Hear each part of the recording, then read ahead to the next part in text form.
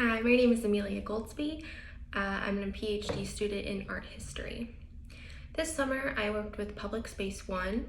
PS1 is an artist-led, community-focused contemporary art center.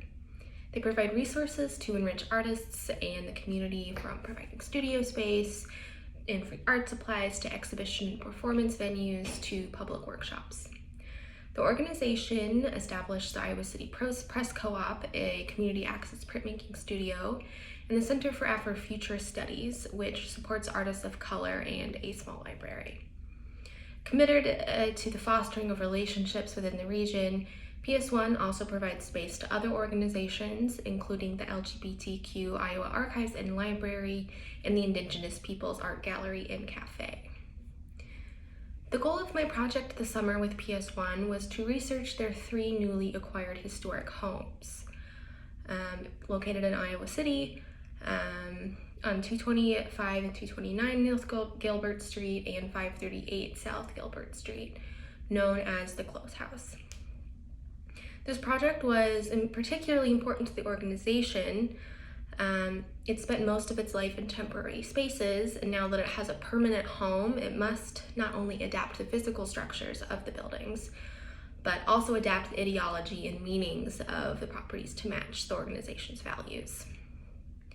A reinterpretation of the home's histories, which are woven into the public reception of the buildings, is necessary to make them what PS1 wants, which is radically hospitable community art spaces. My work this summer entailed 4 interrelated tasks.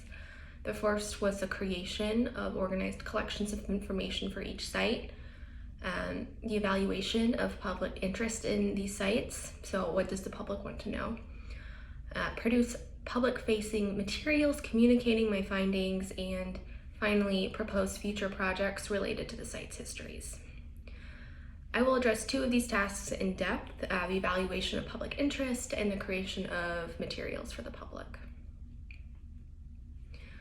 As PS1 is community-driven, feedback from the community was essential. My supervisor, Amelia Strong, suggested I do a Google poll, a tool PS1 has used before to gather information from its members.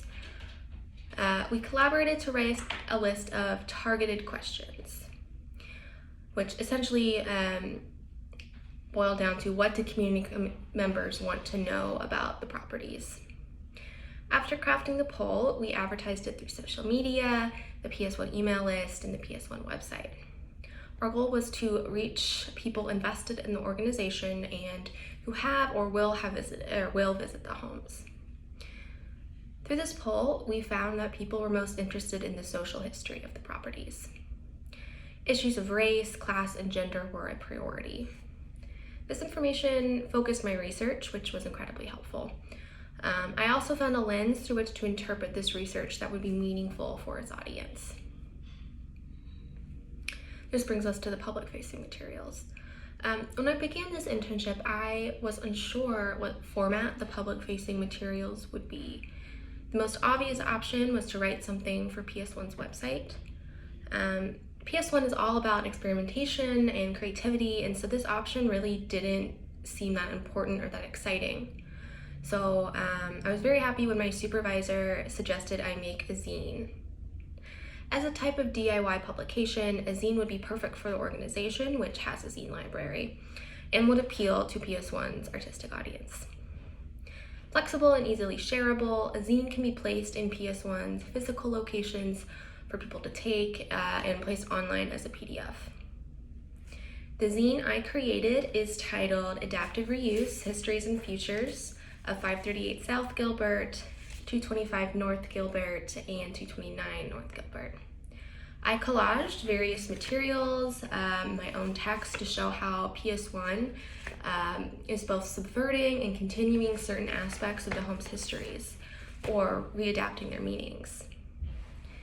This experience has been incredibly meaningful in both an intellectual and personal sense.